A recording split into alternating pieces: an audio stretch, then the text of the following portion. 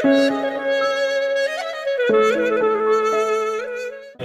suratul Ikhlas ma'al basmalah. Ini adalah tentang fadilah membaca surah Al-Ikhlas disertai dengan basmalah, dengan bismillah. Suratul Ikhlas, bismillahirrahmanirrahim.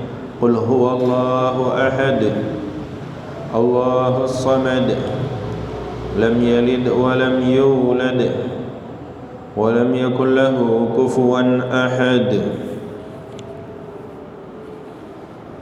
كان سبب نزول هذه السورة كما قال أبي بن كعب وجابر بن عبد الله وأبو العالية والشعبي وعكرمة رضي الله تعالى عنهم أجمعين أنه اجتمع كفار مكة وهم عامر بن طفيل وزيد بن قيس وغيرهما وقالوا يا محمد صف لنا ربك من أي شيء هو، أهو من ذهب أم هو من فضة أم من حديد أو من نحاس، فإن آلهتنا من هذه الأشياء.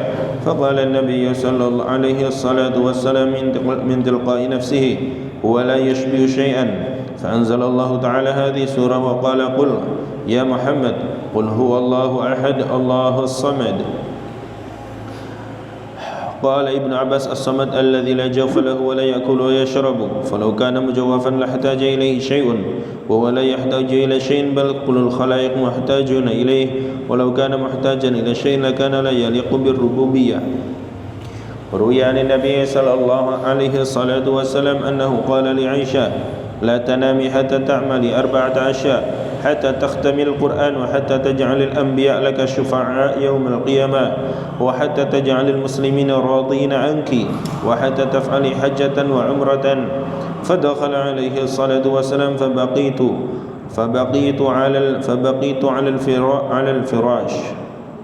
فبقيت على الفراش حتى أتم الصلاة، فلما أتمها قالت يا رسول الله فداك أبي وأمي أمرتني ب4 أشياء لا أقدر في هذه الساعة أن أفعلها. فتبسم رسول الله عليه الصلاة والسلام وقال إذا قرأت قل هو الله أحد فكأنك ختمت القرآن، وإذا صليت علي وعلى الأنبياء من قبل فقد صرنا لك شفعاء يوم القيامة، وإذا استغفرت للمؤمنين فكلهم راضون عنك، وإذا قلت سبحان الله والحمد لله ولا إله إلا الله الله أكبر فقد حججت واعتمرت.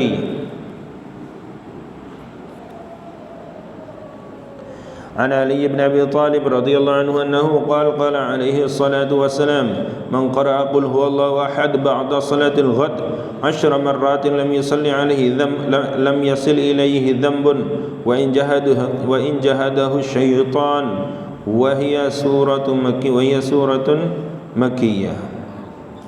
وعن النبي عليه الصلاة والسلام أنه قال إن في الجنة شجرة تسمى حولب وعليها أثمار أكبر من التفاح وأصغر من الرمان وأحلى من العسل وأشد بياضا من اللبن وعليها من الزبد. قال أبو بكر رضي الله عنه من يأكلها يا رسول الله؟ قال عليه الصلاة والسلام من سمع اسمي فصلى علي فهو يأكلها. زهرة الرياض. وإنما سميت سورة الإخلاص لأنها تخلص قارئا من شدائد الدنيا والآخرة وسكرات الموت وظلمات القبر وأهوال القيامة. Ini adalah tentang keutamaan surah Al-Ikhlas. Surah Al-Ikhlas adalah bismillahirrahmanirrahim. Qul huwallahu ahad Allahus samad lam yalid wa lam yulad wa lam yakul lahu kufuwan ahad. Qul huwallahu ahad, katakanlah bahwasanya Dia adalah Allah Subhanahu wa taala, zat yang maha tunggal. Ayat ini diturunkan ketika orang-orang kafir Quraisy bertanya, wahai Muhammad, sifatilah kepada kami Tuhan kamu. Tuhan kamu itu bagaimana? Maka turunlah surat Allahus Samad. Qul huwallahu ahad, Allahus Samad.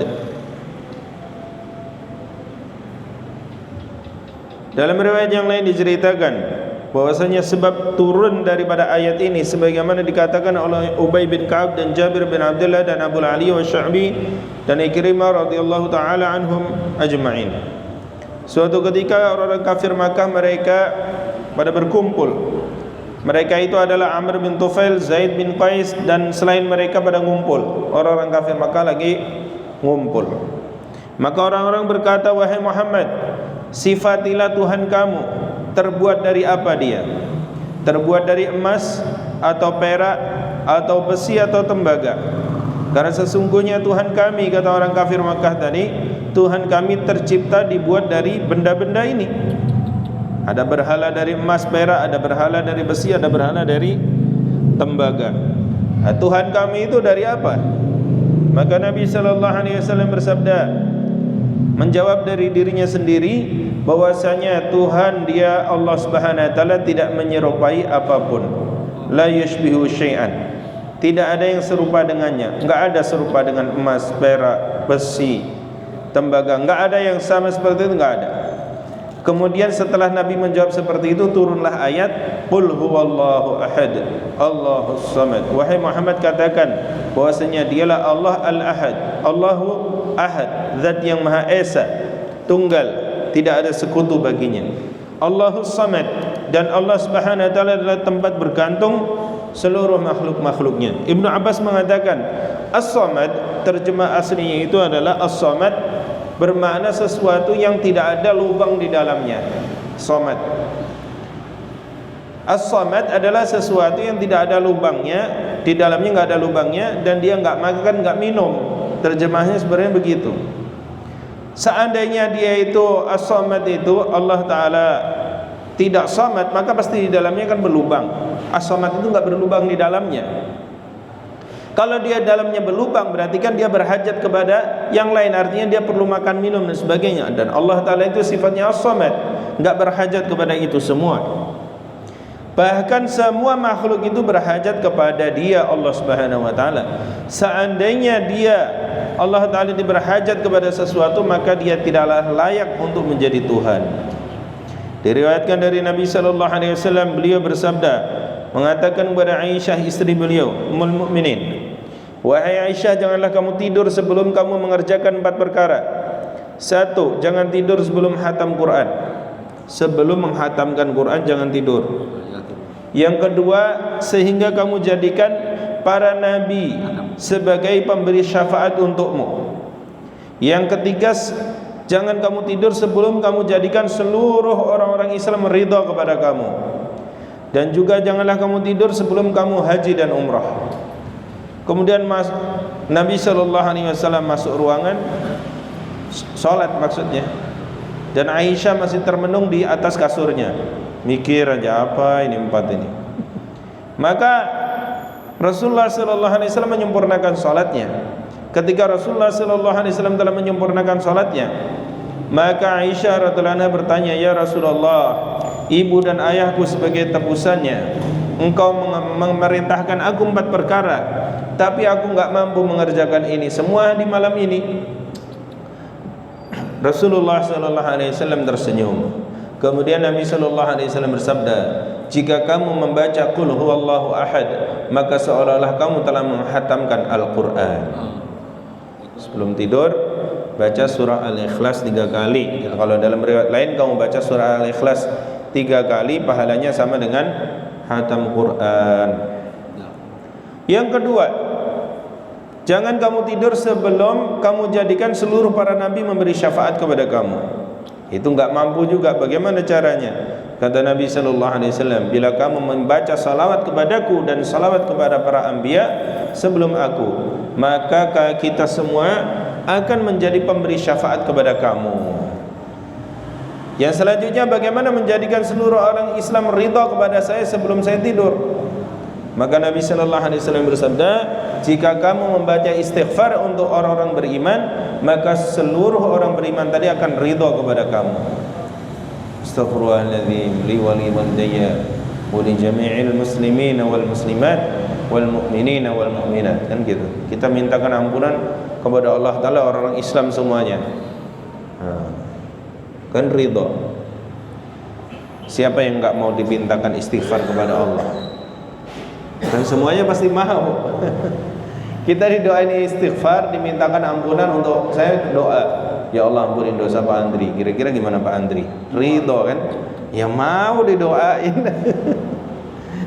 Itu ke orang Islam, orang beriman semuanya ridho kalau kita baca istighfar untuk kaum muslimin muslimat sebelum tidur.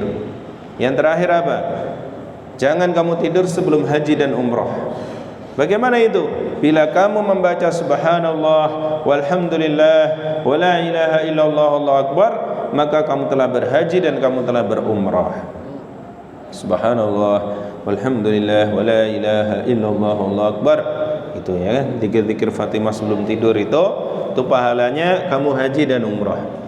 Dari Ali bin Abi Thalib radhiyallahu anhu beliau mengatakan bahwa Nabi sallallahu alaihi wasallam bersabda, barang siapa membaca qul huwallahu ahad 10 kali setelah subuh, maka tidak akan sampai kepadanya dosa walaupun setan sudah berusaha membujuknya sekuat mungkin.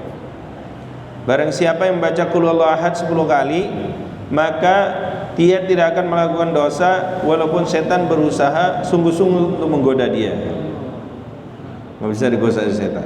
Baca apa? Qul huwallahu ahad 10 kali setelah subuh. Dan Abi Ubay bin Ka'ab, dari Ubay bin Ka'ab radhiyallahu anhu dari Nabi sallallahu alaihi wasallam beliau bersabda, barang siapa membaca surah Qul huwallahu ahad 1 kali, maka Allah Subhanahu wa taala akan memberikan pahala seperti pahalanya 100 orang mati syahid. Barang siapa membaca surah Qul huwallahu ahad 1 kali saja, Allah taala akan memberikan pahala 100 orang mati syahid. Dari Nabi sallallahu alaihi wasallam beliau bersabda, sesungguhnya di surga itu ada satu pohon yang disebut haulab. Pohon haulab tadi banyak buah-buahannya.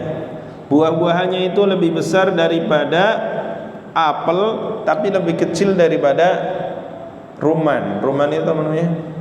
Yang buahnya kecil, delima. Delima kan lebih besar daripada apel, ya kan?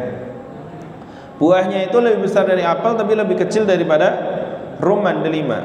Dan lebih manis daripada madu, dan lebih putih daripada susu, dan lebih halus daripada mentega. Abu Bakar radhiyallahu anhu mengatakan, siapa yang akan memakannya ya Rasulullah?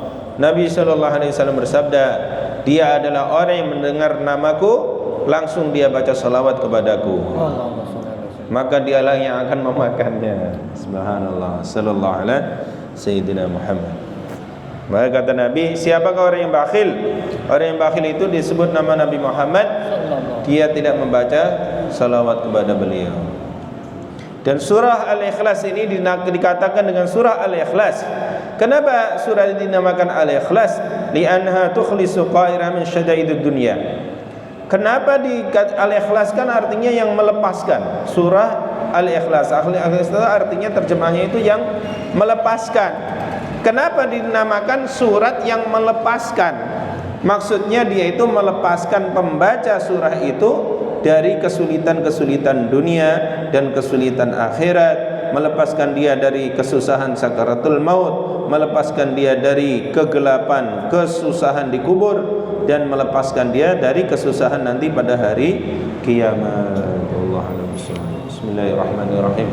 Allahumma salli ala sayyidina Muhammad wa ala alihi wa sahbihi wa sallam ajma'in. Alhamdulillahi rabbil alamin. Ya arhamar rahimin, irhamna Allahumma ighfir warham wa tajawaz an ummati habibika. Allahumma ihdina wa ihdina jami'an jalna sababan liman ihtada bi fadli subhana rabbika rabbil izzati amma yasifun, salamun alal mursalin walhamdulillahi rabbil alamin.